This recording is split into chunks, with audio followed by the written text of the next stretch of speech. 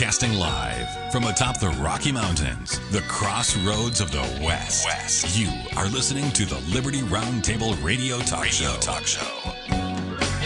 All right. Happy to have you along, my fellow Americans. Sam Bushman live on your radio. Hard-hitting news the networks refuse to use, no doubt, starts now. This, my fellow Americans, is the broadcast for May 12th in the year of our Lord 2025, promoting God, family, country, protecting life, liberty, and property, using the checks and balances brilliantly found in the supreme law of the land, the Constitution for the United States of America. That is our guide and our solution. We need to get involved, ladies and gentlemen. We reject revolution unless it's a Jesus revolution, then we're in, because we follow the Prince of Peace. Man, I hope you all had a fantastic weekend. I know that I did. Great family. Great God, great country, all the things that matter most. Wonderful Mother's Day. Dr. Scott Bradley with me today. Did you have a fantastic Mother's Day, sir? Well, I mean, it's as good as a grandpa, dad, husband could get, I guess. But I'm hoping my wife and my daughters had good Mother's Days. I just, we had a lot of grandkids in and a lot of interaction until pretty late last night even. There you have it. Got to celebrate the things that matter the most. Motherhood, fatherhood.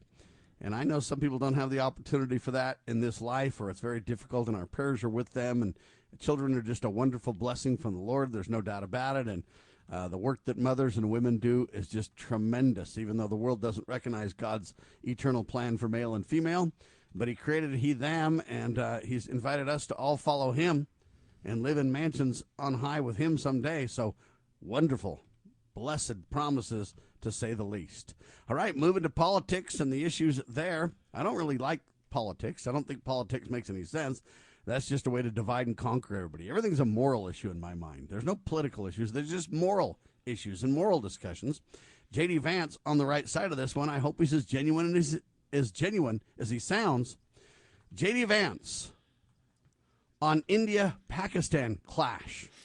None of our business, he says. VP says the United States will not be intervening in between these two nuclear-armed nations. Newser.com. White House Deputy Chief of Staff for Policy, Mr. Miller, basically said on Friday that President Trump's administration is actively considering suspending habeas corpus. So on one hand, you got this great news. We're going to stay out of foreign wars a little bit. It's a start. We got to really double down on that. But now we're going to suspend habeas corpus. I can't find a good thing about Donald without finding a bad companion story at the same time. And Dr. Bradley, that's why I'm not a never Trumper or an always Trumper. I'm a Trump realist. I support this idea to stay out of the conflict between these two countries. Okay, Vance is right on the India-Pakistan clash. None of our business will stay out of it. But suspending habeas corpus? I mean, what? Whenever I want to praise Donald Trump, I see a good and a bad, and I'm just like, man, it's a mixed bag every time you turn around, Doctor. Well, let's look at habeas corpus. Surely we want to stay out of all of the splatters that are all over the world. Lindsey Graham never saw one that he didn't want to kill a few Marines in, but it's good that we're not getting involved in over there on that continent.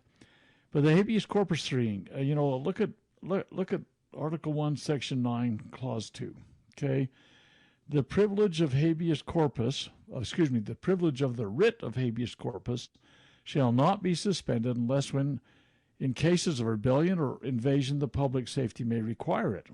Okay. So, first of all, it's in Article 1. What the heck does that tell us? It tells us it's a legislative power. The second thing that you probably need to know was that in 1863, Lincoln suspended habeas corpus. The Supreme Court says you can't do that. That's a legislative power. And so what did the legislative do? They immediately delegated it to Lincoln, which he immediately suspended habeas corpus. And so we have, by the way, he shouldn't have done. There was no invasion. Well, he was the one invading the South. At that point. Oh, that's right. Okay, well, anyway. So what happened was that every president thereafter has claimed it to be their authority, because in 1863, the Congress said that it was the president could use that in 1863. Well, Grant in 1871 then suspended habeas corpus again. Okay, now habeas corpus, what the heck is that? That means that if if somebody gets arrested, they have the right, the privilege, to be able to be taken before an independent body, a judiciary, that looks at what's happening and what is, what the evidence is and everything. And you say, the judge can say, wait, hold on a minute. You mean what? You don't have anything on this person. So what the habeas corpus suspension does is, let's just say there's a riot going on. Let's say they're trying to burn Salt Lake City down during the George Floyd protests. They can go sweep up the street of the people that are out there throwing bricks and Molotov cocktails, put them in the slammer until they can kind of, get an arms around it, sort the thing. It's a very short-term kind of thing. There may be some mom out there walking her baby in the stroller and get swept up in that. The judge looks and says, no, she doesn't deserve to be here. Let's get her out of here. But some of these other guys that, have been out and they got burns on their hands from throwing cocktails, then they look a little closer with it. But at any rate, it's a short-term duration kind of thing. And normalcy is, the intent is to restore it as quickly as possible. But this idea that you're going to suspend habeas corpus all across the whole nation, that would be an absurd violation of the Constitution. By the way, it's the closest thing we have in the Constitution to martial law, which we don't have in the Constitution.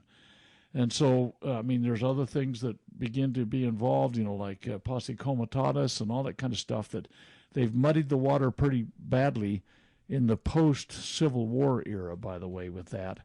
And by the way, I don't have such a warm, fuzzy feeling about posse comitatus either, because guys like George Bush Jr. Sought to suspend that with or without the agreement of governors, and governors pushed back. And so anyway, it's a dynamic thing that Congress sometimes dinks around with. Yeah, so let's be clear so people understand what habeas corpus is, because it sounds complicated, but it really isn't. Here's the deal. It's a principle that safeguards us from unlawful detention. It allows the person in custody to challenge why they're in detention, why they're there, before a court. If the detention is found to be unlawful, a person can be released. Okay, this right's fundamental to say, hey, the government can't hold us without just cause. Okay, but they say that it can be suspended, and that's the problem here. I believe it was wrong when Lincoln did it. He created the invasion that he then used to create the suspension of habeas corpus. That's a problem. Okay, well, the same thing with Trump here. Now, Trump and Miller and the leadership in the administration are saying, hey, it's an option we're totally looking at. It depends on whether the courts do the right thing, they say. The Constitution is clear, and it's the supreme law of the land. They have that right to suspend it, they claim. I don't know that I agree with this, because what happens is you get this slippery slope. They take that right away because of the invasion, and it might just be like the War Powers Act, or like the idea of national emergencies, where we really have no legal or lawful authority to do this, but it becomes kind of an ongoing precedent that's set. That's what we're falling into, Doctor. Well, it indeed is. And you look at the authorization for use of military force that passed right after the 9/11 debacle and, con. And so are we still around the world doing that? Yeah, absolutely we are. Anything that they can, you're in Somalia doing something against Somalians, and it's the authorization for use of military force. I'm a little bit surprised they're not using it in Pakistan and India right now, because, golly, some of those guys. Now, I had a little brother that spent some time a couple of miles from the Pakistani border here a few years ago, back in the Afghan stuff that was going on. And they were always getting shelled out of Pakistan. Rockets and just shelling constantly going on.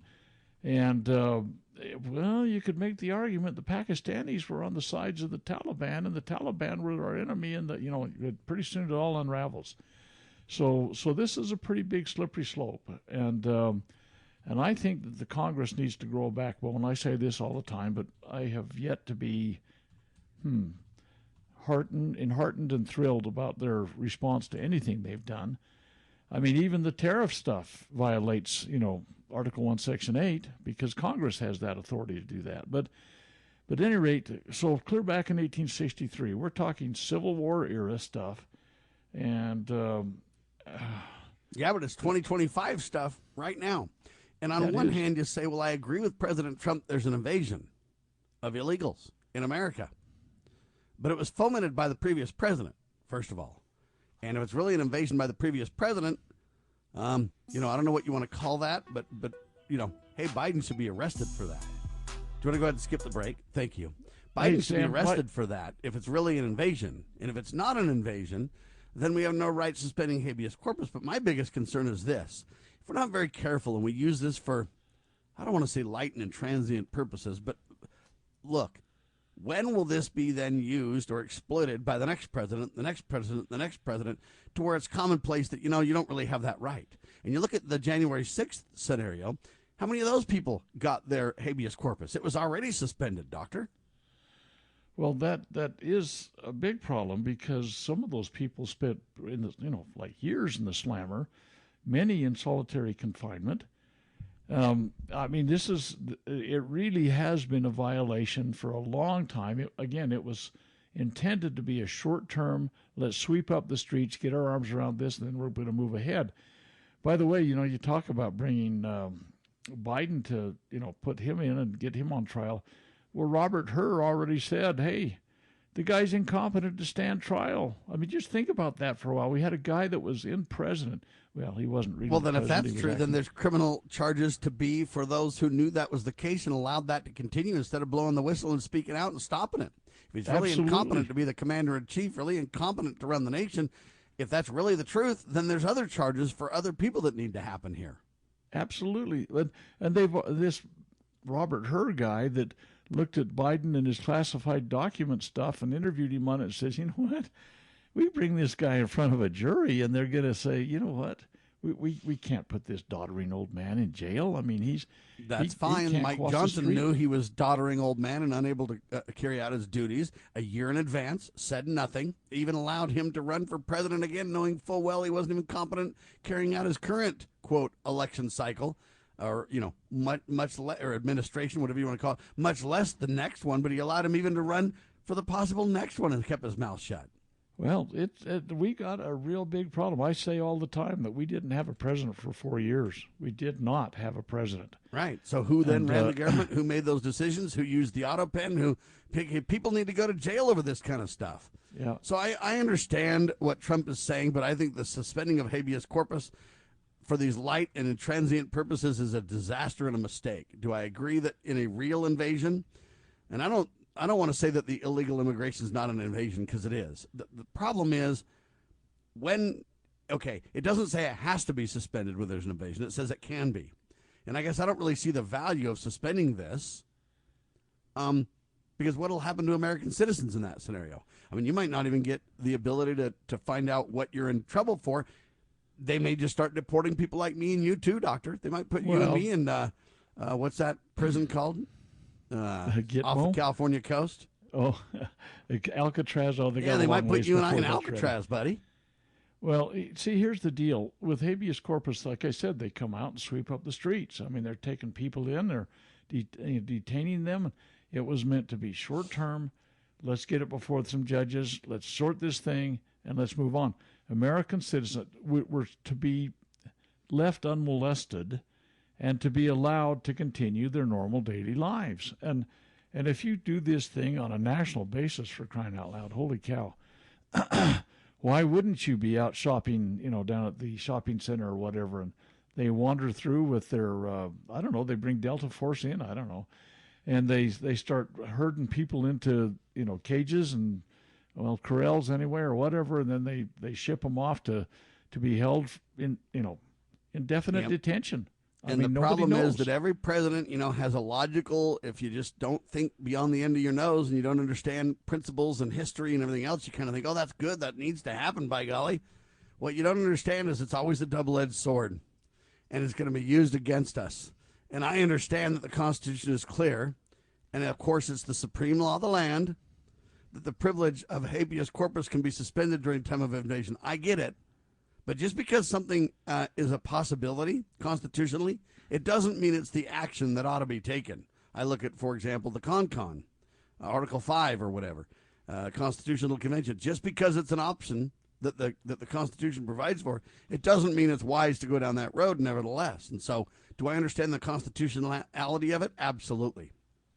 Do I highly, highly, highly stand against suspending habeas corpus? Absolutely. So yes, we give Trump and Vance credit for the India-Pakistan class saying that I want to be part of it. Good for them. When it comes to the White House Deputy Chief of Staff, Stephen Miller, saying that, hey, they're thinking about suspending habeas corpus, we would beg them, encourage them, exhort them, whatever word you want to use. Don't go down that road. It will be disaster. Final word, Doctor. Well, I just don't see it happening. I see a wonk somewhere in the administration shooting his mouth off. I mean, probably, without any authority. I just cannot foresee this happening under the current circumstances. I mean, you go out in the street right now, go downtown, go anywhere in any big city. Do you see a riotous kind of, people running down the street with ARs, shooting windows out? Rising to the level of a real invasion that would require that. See, that's the problem. It's really meant for wartime. When we talk about an invasion, yeah, there's a lot of illegals here, and it's a problem. They're gang members, and it needs to stop. But it's not an invasion like we're talking about. We're not in wartime, and that's the problem. Is they always want to take these extreme scenarios and then back that into justification for whatever actions. I pray Trump doesn't do it. I doubt he will. But Stephen Miller's a pretty top dog at the administration and stuff like that, and so, I don't know if they're really considering that or if it's just talk. Again, that's the problem with Donald. You never know really what he thinks or really where he stands either. Yeah. And that's a problem that I'm having here is, where does he really stand? Well, the next tidbit for Trump that makes me just, what is he talking about? This is what I mean by you never know where he stands. So on one hand, you think Donald Trump's going to lower taxes. Donald Trump might even get rid of the internal IRS. Donald Trump's going to crank up tariffs and crank up the external IRS and, or ERS, whatever. Great. But then you get this headline and you go, what on earth is happening? Trump wants, quote, new tax bracket for the wealthiest Americans. President pushes idea of raising taxes on those who make $2.5 million or more, or $5 million if you're a couple. Story by John Johnson. Trump has spoken with House Speaker Mike Johnson about the idea, and the Washington Post reports that a number of options are on the table. Yeah. The New York Times, The Hill, everybody's reporting this. And the question becomes, hey, will Trump raise taxes on the richest? He's already working with Mike Johnson. Mike Johnson's proven, in my opinion, to be just a tax and spend belligerent liberal cloaking as a constitutional conservative Christian. Now, you'd say, Sam, that's not fair. He does a lot of good things. I get it. But if he did talk to Mike Johnson should shut him down right now. The real issue at hand is nobody's willing to cut expenses. And that's the problem, Doctor. Well, obviously that's a problem, but even more problematic for me is the fact that it's just an application of the Communist Manifesto, a heavy progressive income tax. Right out of the Communist Manifesto, you guys. I mean, what's a progressive income tax? You make more, you get a higher percentage taken out? I mean, that's point number 2 of the Communist Manifesto, a heavy progressive or graduated income tax. So if you have 4 levels of taxing or 40, it's the Communist Manifesto, folks. And if you're adding another higher percentage for the higher, income brackets, it's a Communist Manifesto ploy. We need to understand what we're doing when we do these kind of things. And on top of that, I'll just, have people should go do this. I know we run out of time before we run out of subjects. But the fact of the matter is that initially when the income tax world came on us, as a heavy progressive income tax as they did, there were people, the vast majority of Americans were not caught in that net. Yeah, because they didn't make enough money or they didn't qualify for whatever different reasons. They always start it with a limited group, though, and then expand it to force it on the rest of us after it's too late and we don't catch it at the time to stop it. Well, what happens when, because of hyperinflation, by the way, we did a little shopping we were out looking for pretty soon Dr. Bradley's making $5 million, him and his wife, see, doesn't buy a Cracker Jack box, but hey. Well, that's the problem. I mean, you look at 1920s Germany, where you had to take a wheelbarrow down to buy a loaf of bread with, the money. You look at what has happened in Zimbabwe. People say, oh, what are you getting all upset about? We're not there. We're not there. But I was looking at prices today thinking, holy cow, what is happening to this nation in terms of our price jumps? And so how long is it before some kind of weird, crazy thing, the wheels start to fall off, and people are just getting, inflationary kinds of things happening? And how long will it be? I mean, if you're making $150,000 now, like almost all Americans are, right, Sam? Anyway, if you're making $150,000, I know, I'm kidding. Okay, but Dr. to go Bradley probably is, but me, to 10 no. or 20 times that was just nothing when hyperinflation set in. A good friend of mine spent some time down in, can't remember if it was Brazil or Argentina. Anyway, during the early 1970s, and he says that you go into a restaurant and buy food, you'd pay for it when you ordered it because they had their menu up on a chalkboard. And during your meal, the prices continued to rise. And so if you didn't pay for it while you ordered it, you would have to pay what was on the board at the end of your meal. And so those kind of wacky things happen sometimes.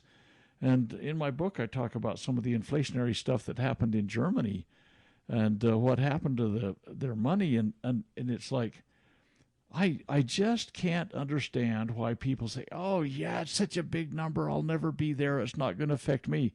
It did. In the last 120 years, it has gone to the point that every American has got an onerous tax on them. And it's in violation of what the founders' intent was, but it also violates what they were originally told in 1913 when the 17th Amendment got ratified. So, yeah, and the Federal Reserve, by the way, had the big hand in the inflationary practices. Yeah, actually the 16th Amendment for this tax one, right? Oh, yeah, 16th, excuse me. Yeah.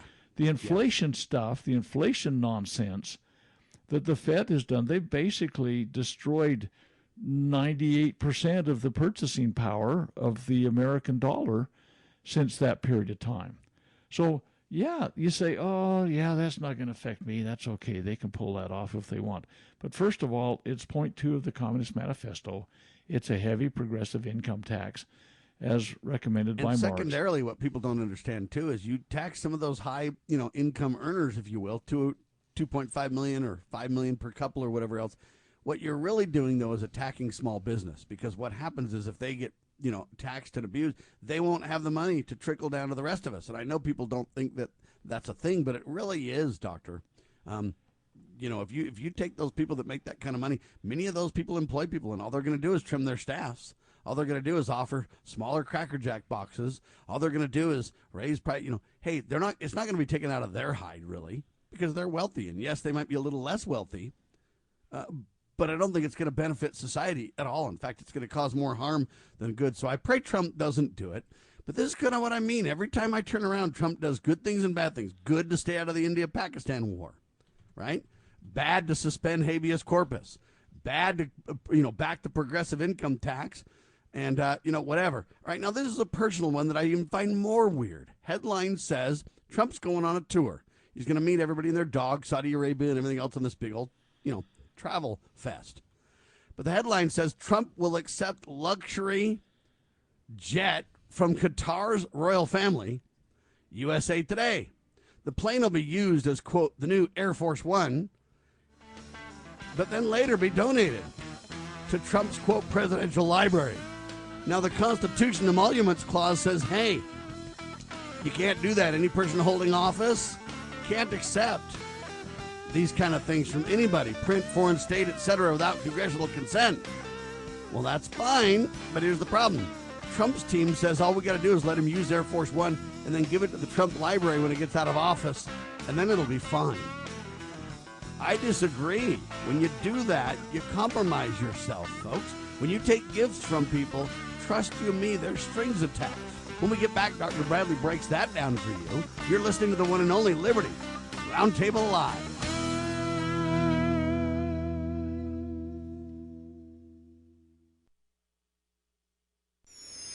Pursuing liberty, using the Constitution as our guide. You're listening to Liberty News Radio. News this hour from townhall.com. I'm Greg Clugston in Washington. The last living American hostage held in Gaza is Eden Alexander. He is set to be released by Hamas later today. The announcement follows direct talks between Hamas and the U.S. administration in recent days in Qatar and comes ahead of a visit by President Trump to the region, which starts on Tuesday. Hamas said it was ready to negotiate a final deal for the end of the war in Gaza, a condition that has been repeatedly rejected by the Israeli Prime Minister Benjamin Netanyahu. That report from the BBC. U.S. and Chinese officials say they have reached a deal to roll back most of their recent tariffs and call a 90-day pause. The Trump administration says it has agreed to drop its 145% tariff rate on Chinese goods down to 30%. Wall Street, the Dow is up more than 1,000 points at this hour, the Nasdaq ahead by nearly 3.5%. Ukraine accuses Russia of an overnight drone attack, while Ukrainian President Zelensky is hoping for peace talks with Russia's Vladimir Putin later this week. There has been no response from the Kremlin on the overnight drone blitz. Meanwhile, Ukrainian President Volodymyr Zelensky said in a Sunday night video address he hopes for a ceasefire with Russia and challenges Vladimir Putin to meet him for face-to-face talks in Turkey this week.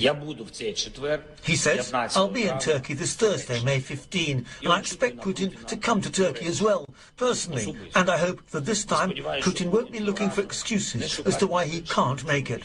I'm Charles Stiladesma. President Trump could soon receive a luxury jumbo jet as a gift from Qatar. ABC News reports that Donald Trump wants to use the aircraft as Air Force One while in office before transferring ownership to his private presidential library. More at townhall.com. Mike Gallagher here, host of The Mike Gallagher Show. If you know me, you know I only put my name behind people and companies I trust. When it comes to mortgages, I trust Mike and Brian at Fellowship Home Loans. They're not just friends. They've done loans for me, my family. I've seen firsthand how they treat every client like their family. And these days, that personal touch really matters. With the cost of everything up, you might be looking for ways to free up cash. Maybe you're thinking about a cash-out refi or HELOC to finish some home projects, consolidate debt, or just get ahead financially. Fellowship is a full-service direct lender, not a broker. They cut out the middleman. That means faster decisions, fewer fees, and less stress. Whether you're buying your first home, downsizing, or refinancing to get some breathing room, they'll tailor-fit the loan to your life. Get started at fellowshiphomeloans.com/Mike G. fellowshiphomeloans.com/Mike G. or call 800-510-MIKE, 800-510-6453. Fellowship Home Loans, mortgage lending by the book. Nationwide Mortgage Bankers, DBA Fellowship Home Loans, Equal Housing Lender, NMLS number 819382. Have you ever had great honey? No, I mean really good, all-natural, raw honey? Well, now you can, thanks to localhoneyman.com. We can ship out our locally made honey all across the U.S. So don't worry, you won't miss out. Plus, Local Honeyman has so many different flavors, like Utah Wildflower, High Desert Delight, Happy Valley, and Blackberry, just to name a few. So purchase your delicious raw honey today at localhoneyman.com. Do you treasure your liberty? Well, at lovingliberty.net, we most certainly do. And we want to help protect your liberty too. Become part of the family. Everyone knows that the core of any society is the family. Therefore, the government should foster and protect the integrity of its family, we the people. Won't you join us as a Loving Liberty sponsor to help us promote the principles in the 5,000-year leap? Let's restore the miracle that changed the world at lovingliberty.net. Attention collectors and savvy investors. We are excited to announce a momentous evolution in our journey. Introducing Free Water Coin Company, formerly known as Rust Coin and Gift. This rebranding takes us back to the very roots of where it all began. Free Water, Oregon. It's a tribute to the legacy of Al Rust and a celebration of 3 generations of dedication to excellence in the world of coins and precious gifts. Al, Brian, and Jake Rust standing strong through 64 years of service. Discover a world of exceptional service at Free Water Coin Company, your premier destination for genuine, honest money and precious gifts. Under Brian's expert guidance, Free Water Coin Company, building on the legacy of Rust Coin and Gift, continues its tradition of trust and excellence. Visit us at our Provo, Utah location. Explore our treasures online at freewatercoinco.com or call us at 801-377-1574. Free Water Coin Company, where your future is built one honest coin at a time.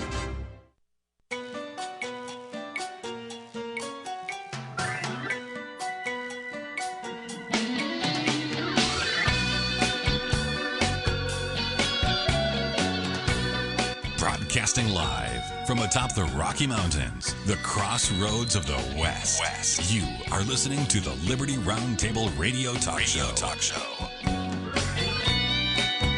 Before the break, Sam brought up a strange term, the emoluments clause. It's let's just look at it real quickly here. Article 1, Section 9, Clause 8. No title of nobility shall be granted by the United States, and no person holding any office or profit or trust unto them shall, without consent of the Congress, accept any present emolument, okay, so a gift, some benefit, okay, office or title of any kind whatsoever from any king, prince, or foreign state. It's pretty inclusive, and I want to kind of just pull on that for a second. And that and it's another strange term, a biblical term. It's only found in Mark 7:11. Corbin. Look it up while we're going through here, and it's basically let's just talk about this for a second.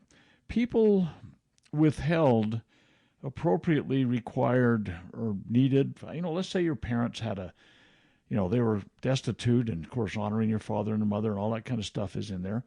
So no, I can't give this, my wealth, whatever it is, you're withholding it because it's devoted to God as a gift, okay? And it could be given to the sacred treasury in the temple, whatever. But anyway, it was dedicated or set apart for God's use, but you could use it the rest of your life if you wished, okay? So they use all sorts of weasel words, and this is kind of what was happening in the time of the Savior, Mark 7:11, go look it up, when things they used weasel words to avoid responsibilities. And so Trump's saying, oh, no, we'll just use this for Air Force One. Then I'm going to donate it to my library when the time comes. Well, this thing about gifts, emoluments, offices, title of any kind, that's pretty inclusive, whatsoever from any king, prince, or foreign state. I think Qatar qualifies as a foreign state. The problem is that everybody that wants to hold their mouth just a certain way to get the benefit that they think they ought to have would be left, with excuses saying, well, it really wasn't this thing that you're trying, Article 1, Section 9 was talking about. That's all Bravo Sierra. And in my opinion, we've talked about this on the program before. You accept the nickel, you accept the noose. I mean, and again, I don't remember the origins of that. It was a kid conversation we used to have when we were kids. Don't let them put a leash on you. Don't let them put the noose around your neck because you somehow got sold out. And if you're taking stuff from foreign states, and we could go into, we don't have time, I'm sure, but we could go into George Washington's farewell address and talk about how different nations can become kind of favored nations, and it gives them status that other nations don't have. And so other nations are mad at us. We end up being slaves to the nation that we're slaves to, basically because we've accepted their noose. And this doesn't, there's no happy outcome with it. What do we think we're doing? Saving, gas money? I mean, come on. And if you look at it like this, to say, well, he's going to use it for Air Force One, and then he's going to, donate to the presidential library, and so he's not really getting a gift. We're playing games with words. And the problem is this. Why, and this is where a lot of people want to always be a Trumper or never be a Trumper. I'm right in the middle. I say, hey, why do we want to allow this? What will the next president do? How long till they continue to exploit this, to where then we're kind of where we don't have any protection from taxes because Trump raised taxes. Hey, we don't have habeas corpus anymore because Trump suspended it. We have Trump accepting a luxury jet. What else will he accept? And when they accept that, what strings will be attached? In other words, what do you got to give is kind of payback for that. And the sad part is Congress has been doing this kind of stuff for decades. That's why they come in, poor as church mice, and leave rich as all get out for this very reason. We're playing games with this fast and loose, and we ought not, and shame on Donald. So my headline says, shame. Trump will accept luxury jet from Qatar's royal family. Okay? I don't know why we would even consider accepting that. What would be the advantage, Doctor, versus the problems that arise from this, what would be the advantage? Just a free jet for a little while? Well, Don't you already that's got the thing. one as president? Well, what are we talking about here? Air Force One is not your general 747 kind of airplane. I mean, there's all sorts of ECM, electronic countermeasure stuff on it. There's all sorts of comm stuff. The performance and everything. I mean, it's a high priced jet. And so let me get this right. We can trust a jet from Qatar, not knowing what might be in it or what the circumstances might be, but yet I can't get on TikTok because it's a threat to the nation. I mean, I don't understand it. That's where I'm going with this. I mean, what do we know about this and that and the other? And to tell you the truth, there's a saying that it's kind of truncated a little bit because it's kind of a paragraph long almost, but in essence, George Washington, at a particularly arduous time in the Revolution, said, "Let none but Americans stand guard tonight." What does he mean by that?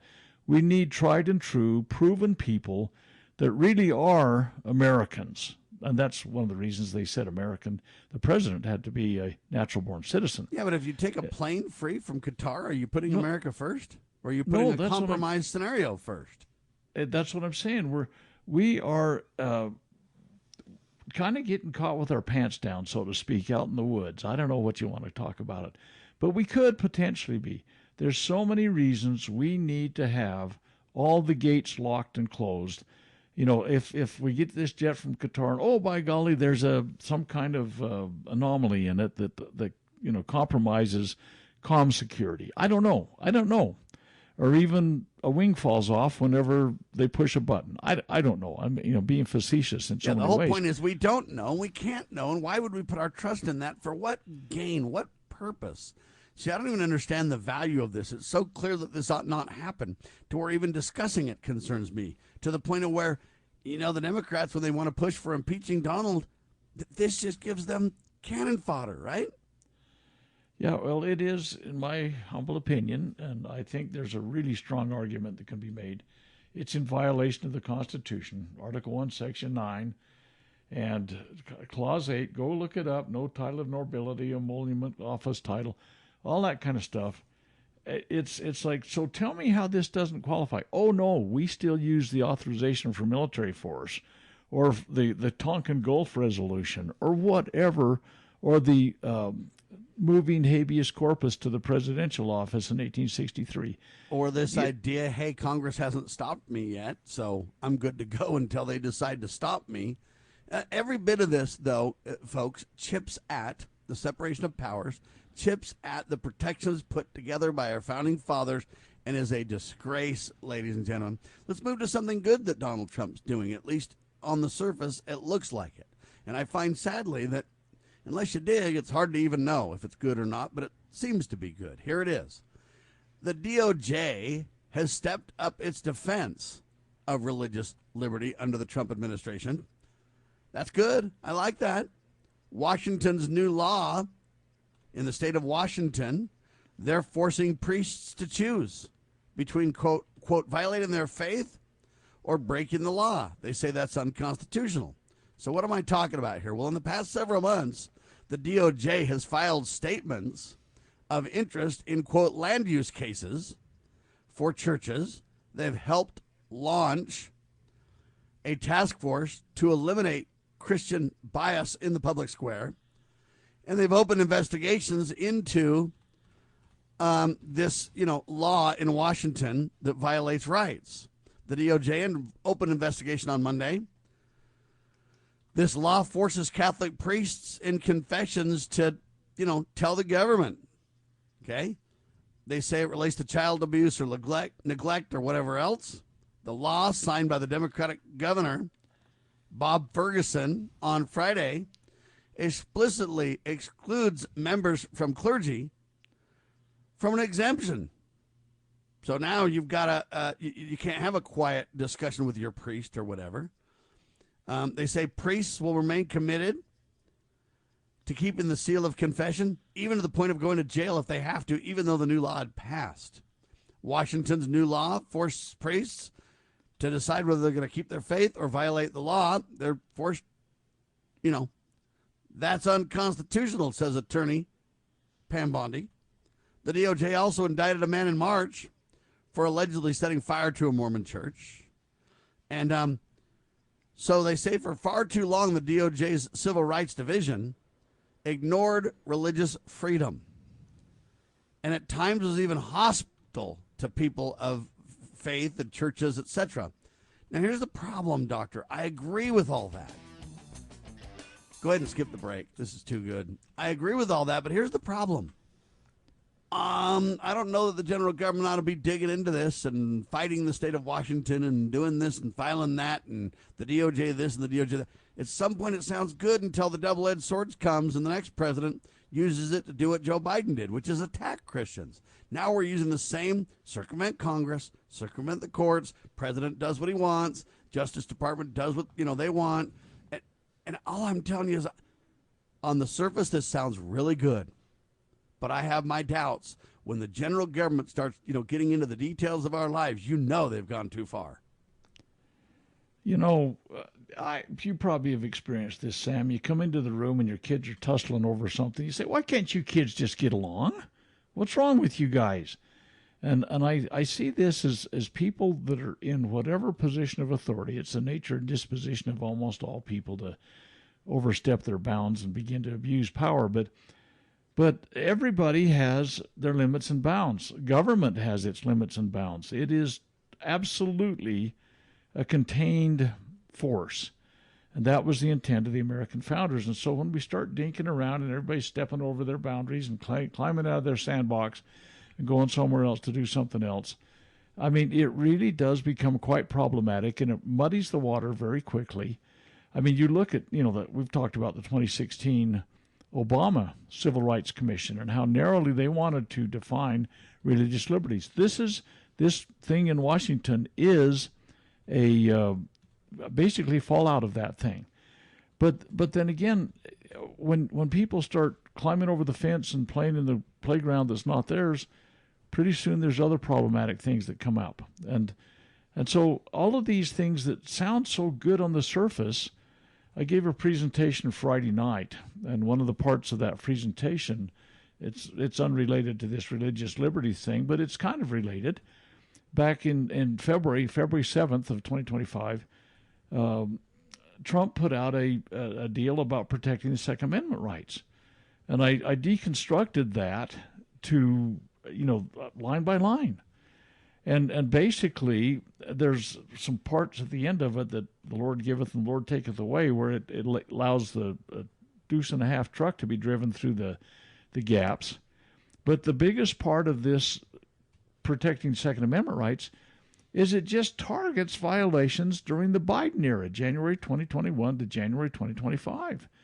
Well, there's gobs of Second Amendment violations it leaves untouched. I mean, going back, 1934's National Firearms Act, it doesn't touch any of those things. It's only saying we're going to ferret out 1968 continued abuse. Absolutely, or the 1986.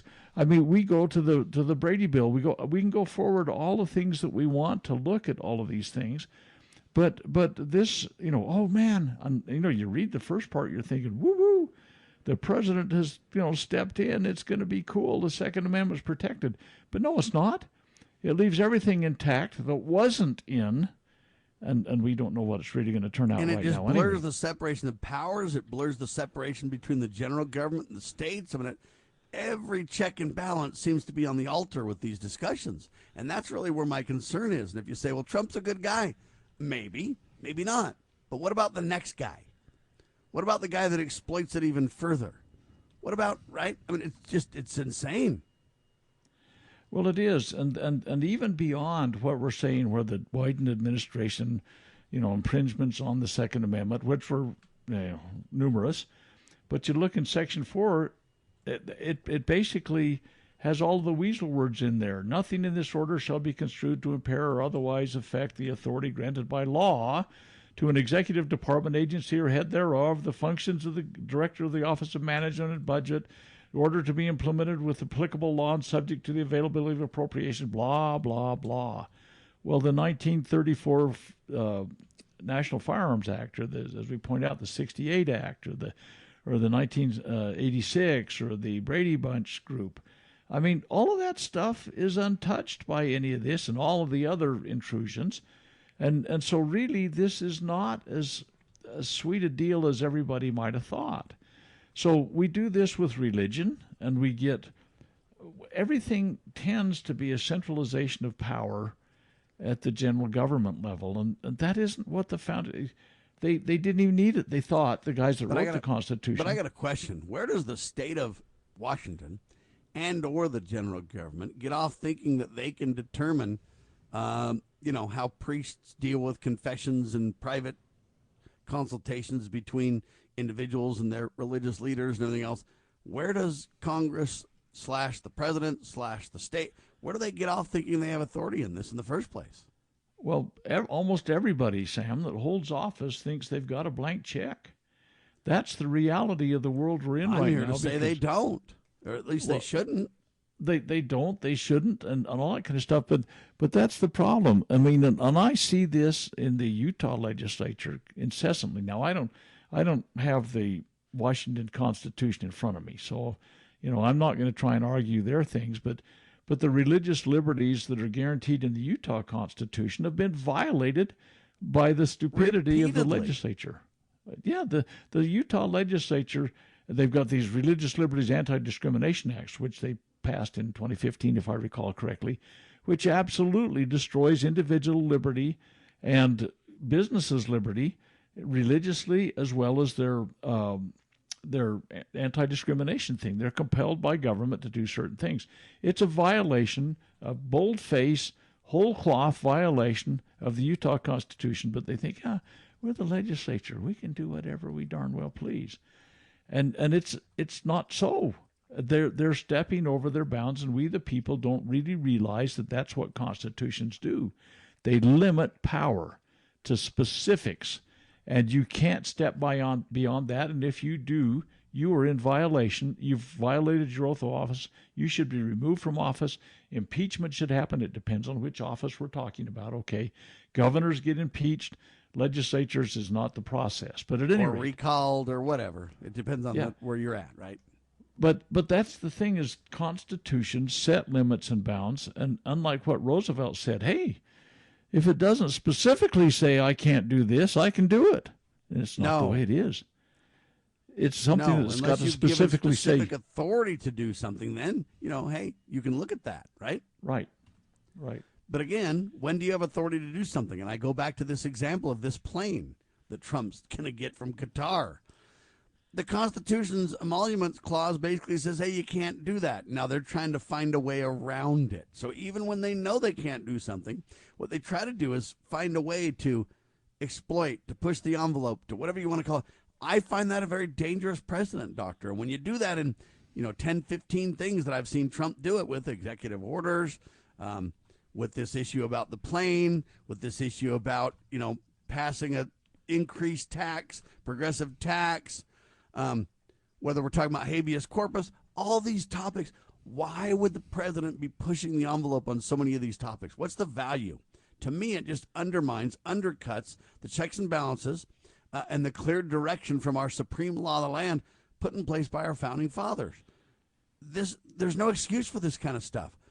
Why don't we focus on things that can improve the country, not exploit power and authority everywhere we go? It's constant, Doctor. Little encroachments here, there, everywhere lead to huge violations. And we just need to realize that it's like Jefferson wrote, well, Madison helped with it, let no more be said of confidence in man, but bind him down from mischief with the chains of the Constitution. The chains of the Constitution, and we need to have organizations that push back.